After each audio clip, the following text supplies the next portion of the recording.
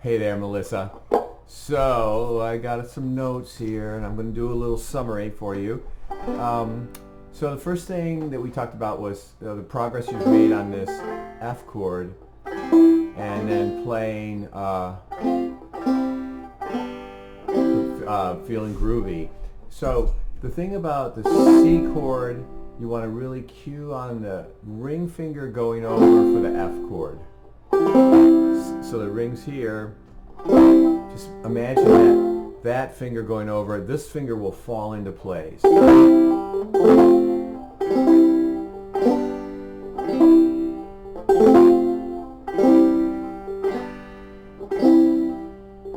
like that.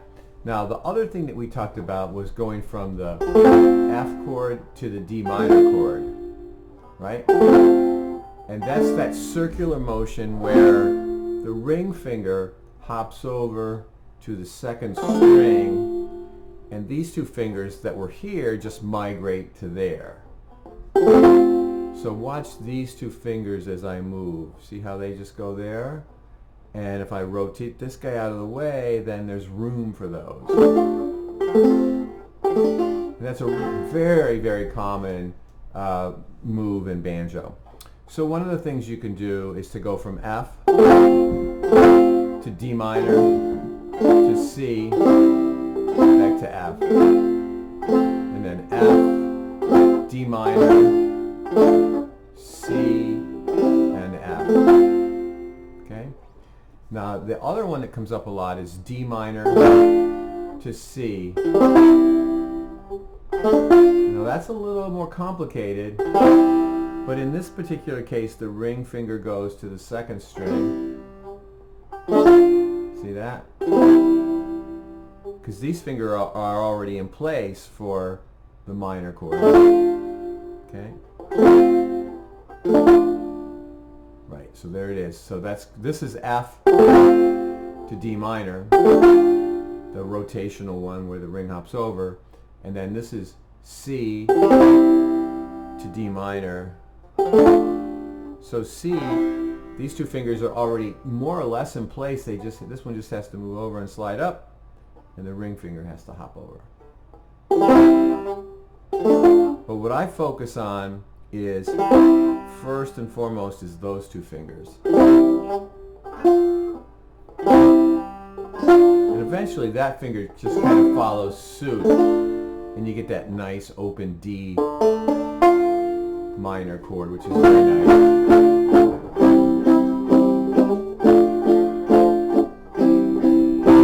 Okay? So those are just some things to practice.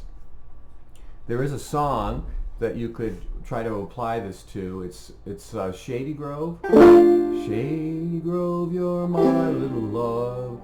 Shady Grove, I say. Shady Grove, you're my little love. I'm bound to go away. So it's D minor, Shady Grove to C, my true love, and then it's a faster Shady Grove, I say.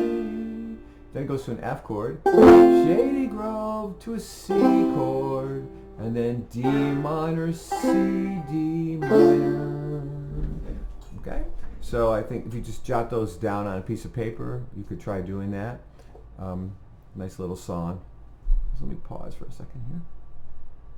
All right, we had a brief conversation about this little thing, and the fact that this finger sometimes hit the first string.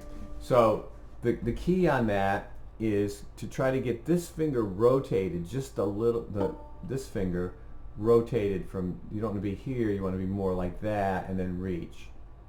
So these fingers are in the way. Let's see if I can, there you go.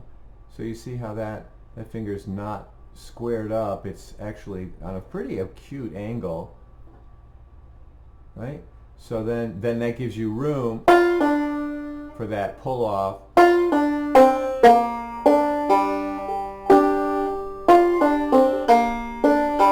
If I'm here, even for me, so you really want that finger rotated. And again, here it is. You can see that. Get these fingers out of the way.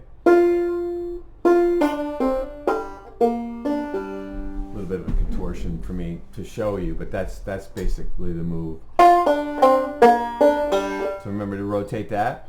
Then we looked at a new position.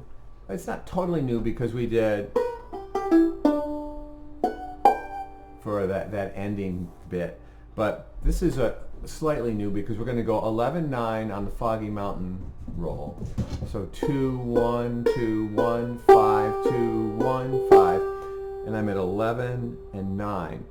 Remember 12 is right there with the double dots you've got, so be down 1 fret from that with your ring and your index.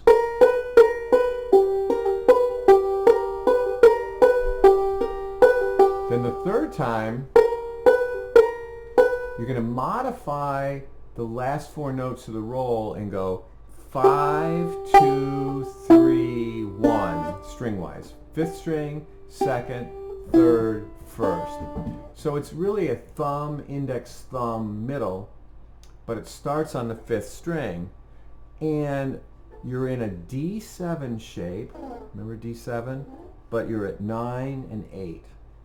So you might want to go down to D7 and then just slide up and see it. Okay, so then that roll for those last 4 notes again is 5, 2, 3, 1. 5, 2, 3, 1.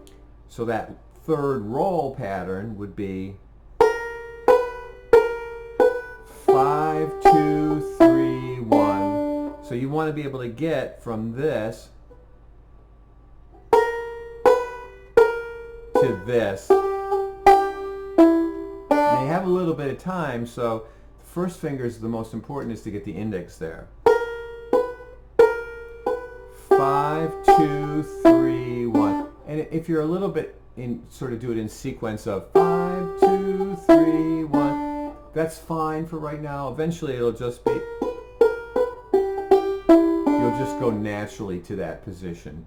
And you can practice by just grabbing these 11 nines and then grabbing these 2. You just kind of pinch them. So when I do them here, I'm just using these 2 fingers, and then when I grab these 2, I'm using these 2. So that's just a position that's going to come up a lot. Now in Foggy Mountain Breakdown, so we go. Here's the second time. Third time is the hiccup.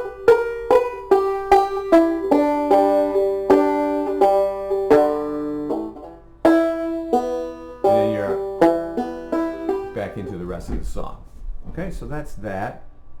The other thing that we talked a little bit about, and we'll come back to, is this choke. And that's where you put 3 fingers on the 2nd string. The most important one is your ring at the 10th fret, because that's the note that's going to ring, but these other 2 ride along. So when you go to bend that string, or choke it, people call it a choke or a bend, you're really bending it. So what I would suggest to do is just kind of work around, just kind of getting it to move a little bit. And you can slide it almost to the 4th string with the back of your nail.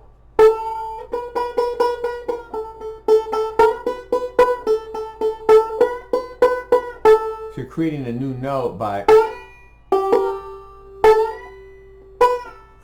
when you choke it. But that just to build a few muscles in there and get that choke to happen. That's going to hurt your hand a little bit. You're going to find that you have muscles in here that you didn't know existed, or you don't use for anything except this.